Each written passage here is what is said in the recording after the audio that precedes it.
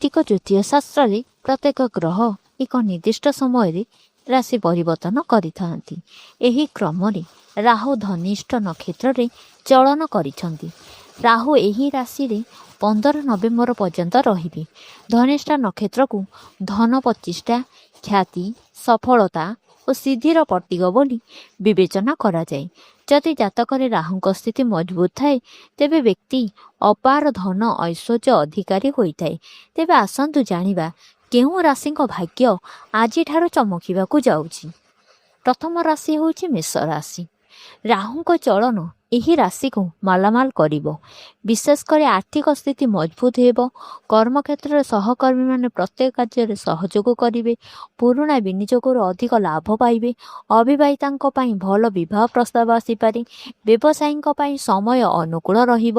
ଏହି ସମୟରେ ବଡ଼ ଡିଲ୍ ବ୍ୟବସାୟରେ ଫାଇନାଲ ହେବ, ଯେଉଁଥିରୁ ଅପ୍ରାପ୍ତିକ ଲାଭ ପାଇବେ।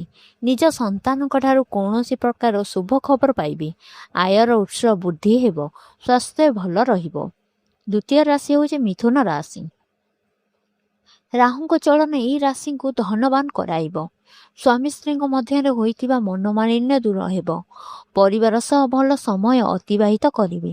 ବିଶେଷ କରି ଏହି ସମୟ ମଧ୍ୟରେ ଆର୍ଥିକ ସ୍ଥିତି ଭଲ ରହିବ। କର୍ମକ୍ଷେତ୍ରରୁ ପଦୋନ୍ନତି ମିଳିବା ସହ ଦରମାର ବୃଦ୍ଧି ଘଟିବ। ଘରେ ଲାଗି ରହିଥିବା ଅଶାନ୍ତି ଦୂର ହେବ। ଯେଉଁମାନେ ନୂଆ ବ୍ୟବସାୟ ଆରମ୍ଭ କରୁଛନ୍ତି ସେମାନଙ୍କ ପାଇଁ ସମୟ ଅନୁକୂଳ ରହିଛି। ଆଣିଥିବା ଧାର କର୍ଜ ଟଙ୍କାକୁ ସୁଝିବାରେ ସଫଳ ହେବେ। ଏହି ସମୟରେ ନୂଆ ବ୍ୟବସାୟ ଆରମ୍ଭ କଲେ ଅଧିକ ଟଙ୍କା ରୋଜଗାର କରିବାରେ ସକ୍ଷମ ହେବେ। ପୁରୁଣା ରୋଗରୁ ମୁକ୍ତି ମିଳିବ। ପ୍ରେମୀମାନଙ୍କ ପାଇଁ ସମୟ ଖାସ୍ ରହିବ। ଦାମ୍ପତ୍ୟ ଜୀବନ ସୁଖମୟ ହେବ। ସିଂହ ରାଶି। ରାହୁଙ୍କ ଚଳନ ଏହି ରାଶିଙ୍କ ଭାଗ୍ୟ ଚମକାଇବ। ବାଣିଜ୍ୟ ବ୍ୟବସାୟରୁ ଅଧିକ ଟଙ୍କା ଲାଭ ପାଇବେ। ଧାର୍ମିକ ଯାତ୍ରା କରିବେ। ପଡ଼ୋଶୀ କିମ୍ବା ବନ୍ଧୁବାନ୍ଧବ ସହ ହୋଇଥିବା ମନୋମାଳିନ୍ୟ ଦୂର ହେବ। ପ୍ରତ୍ୟେକ ସମ୍ପତ୍ତିରୁ ଲାଭ ମିଳିବ। ବିଦେଶ ଯାତ୍ରାର ଇଚ୍ଛା ପୂରଣ ହେବ। ପିତାମାତାଙ୍କ ସ୍ୱାସ୍ଥ୍ୟରେ ଉନ୍ନତି ଆସିବ। ଆଣିଥିବା ଧାର କର୍ଜ ଟଙ୍କାକୁ ସୁଝିବାରେ ସଫଳ ହେବେ। ଯେଉଁମାନେ ଦୀର୍ଘ ଦିନ ଧରି ଚାକିରି ଖୋଜୁଛନ୍ତି ସେମାନଙ୍କୁ କୌଣସି ଏକ କମ୍ପାନୀରୁ ନୂଆ ଚାକିରି ମିଳିପାରେ। ଶେଷ ରାଶି ହେଉଛି କନ୍ୟା ରାଶି। ରାହୁଙ୍କ ଚଳନ ଏହି ରାଶିଙ୍କ ଭାଗ୍ୟ ବଦଳାଇବ। କର୍ମକ୍ଷେତ୍ରରେ ସମ୍ମାନିତ ହେବେ। ପାରିବାରିକ ଲୋକଙ୍କ ଠାରୁ ପ୍ରତ୍ୟେକ କାର୍ଯ୍ୟରେ ସମର୍ଥନ ମିଳିବ।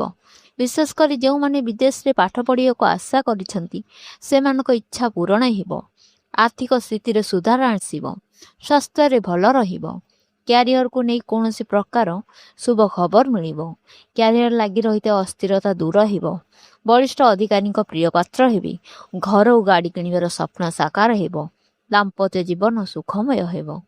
ବନ୍ଧୁଗଣ, ଭିଡ଼ିଓଟି ଯଦି ଭଲ ଲାଗିଲା ଭିଡ଼ିଓକୁ ଗୋଟେ ଲାଇକ୍, ସେୟାର, କମେଣ୍ଟ, ସବସ୍କ୍ରାଇବ୍ କରିବା ପାଇଁ ଭୁଲିବେ ନାହିଁ। ଜୟ ଜଗନ୍ନାଥ।